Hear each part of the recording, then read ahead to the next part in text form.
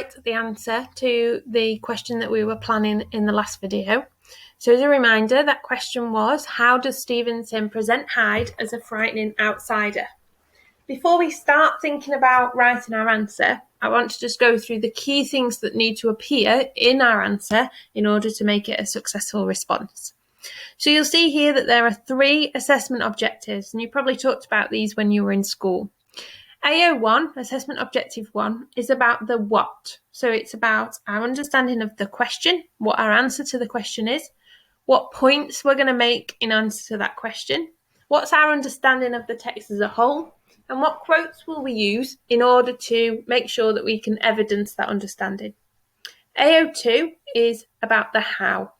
So that is about how our writer has used language, what devices have been used, and importantly, what's the impact of that language that's been chosen by the writer. Assessment Objective 3 is about the why. So that is about why the writer has created certain ideas. It's about why the writer has highlighted certain points to their reader. And it's about why the writer has written the text overall. What did they want to say, maybe about society, about things that were happening at the time.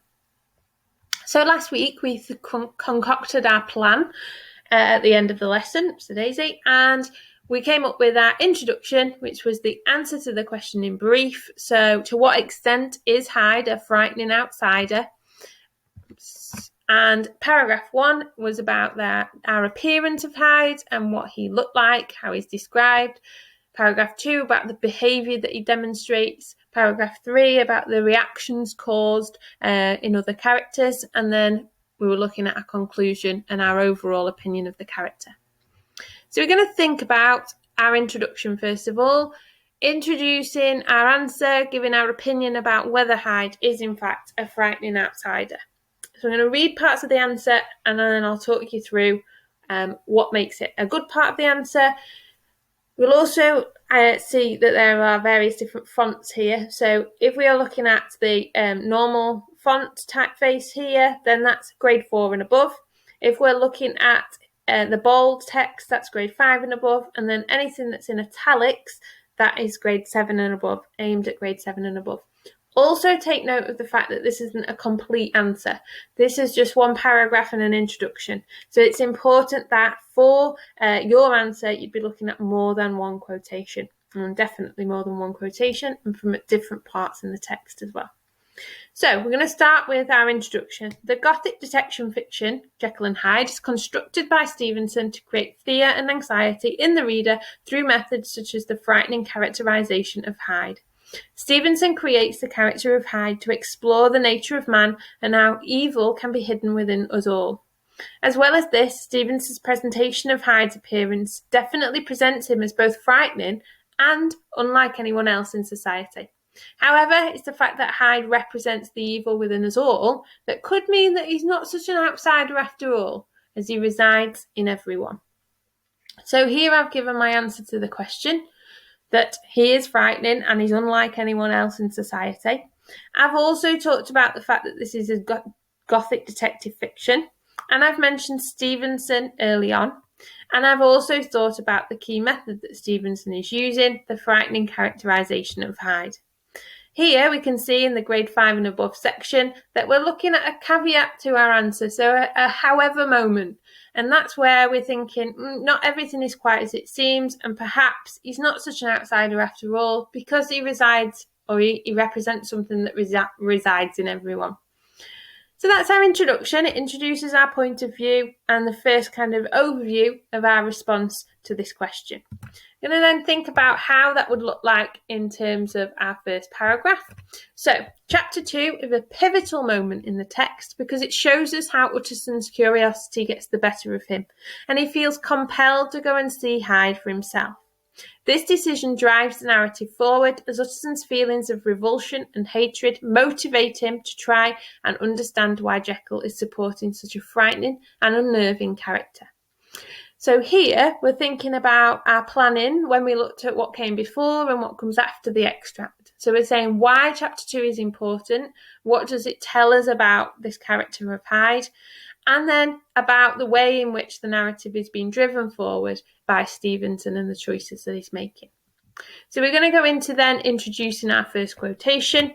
When Utterson reflects on the appearance of Hyde, he is described as being pale and dwarfish. Here Stevenson uses sensory imagery to present Hyde to be lacking in the vitality of the stereotypical Victorian gentleman because he's the polar opposite of someone such as Jekyll, who is described as being well made.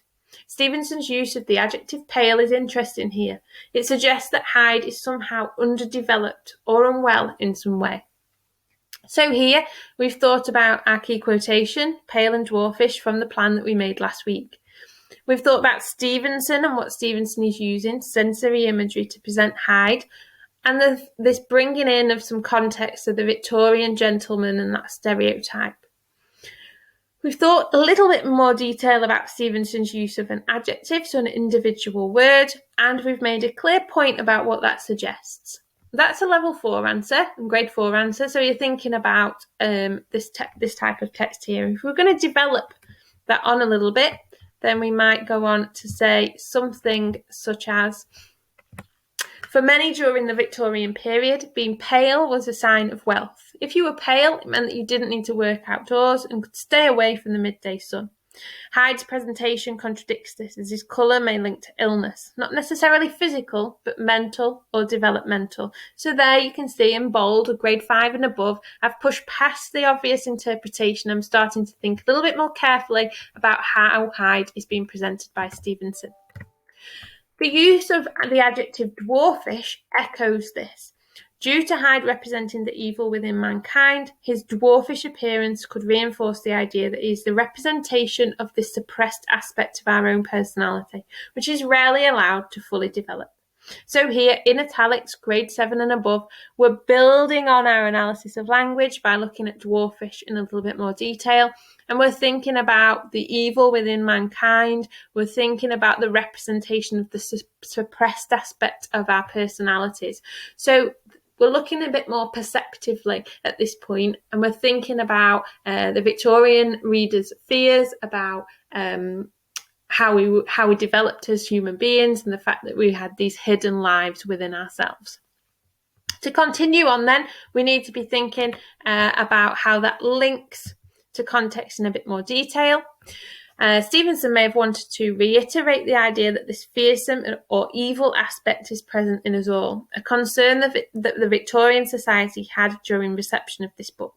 Stevenson presents Hyde with this appearance because he is the embodiment of evil, and therefore it is a natural reaction to be repelled by and loathe his character, such as Victorians despise Satan as part of their Christian faith. So we can see here from the grade 4 section, we're thinking about the Victorian society here, mentioning that context, and for grade 5 and above, we're going a little bit further into a little bit more detail about what they felt and why they felt it.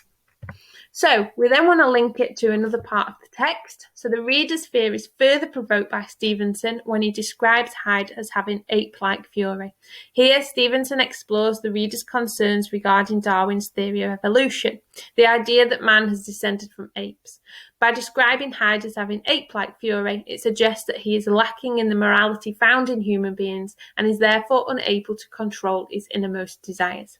So here we've got the first section, which draws on that context of Darwin's theory of evolution, but then again we push a little bit further in a little bit more detail for the grade 5 and above section, where we're thinking about this theme of morality and the idea that in religion, if you were going to push this even further, you'd be thinking about that idea of living a moral and pious life. All those notes that we came up with in our planning from last week.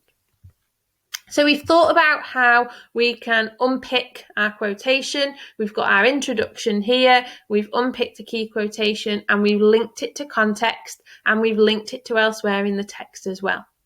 To check that we are covering everything that we need to in terms of the assessment objectives, we need to think about our AO1, our AO2 and our AO3, what, how and why.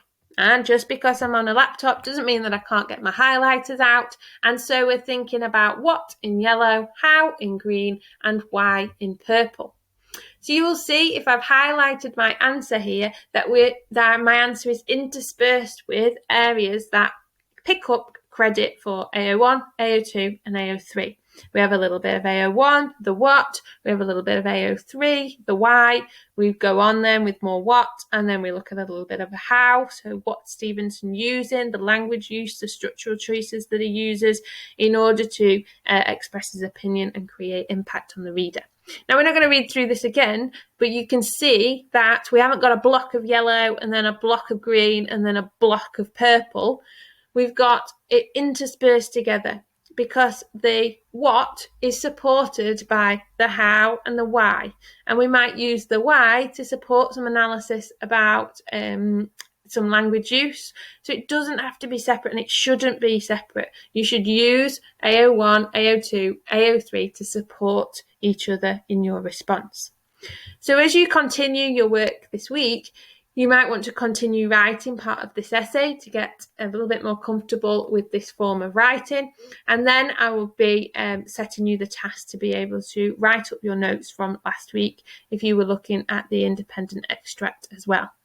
So I hope that's been useful. Remember that you can always go back in these videos, rewatch sections, spend a little bit more time editing your notes if you need to before you have a go yourself.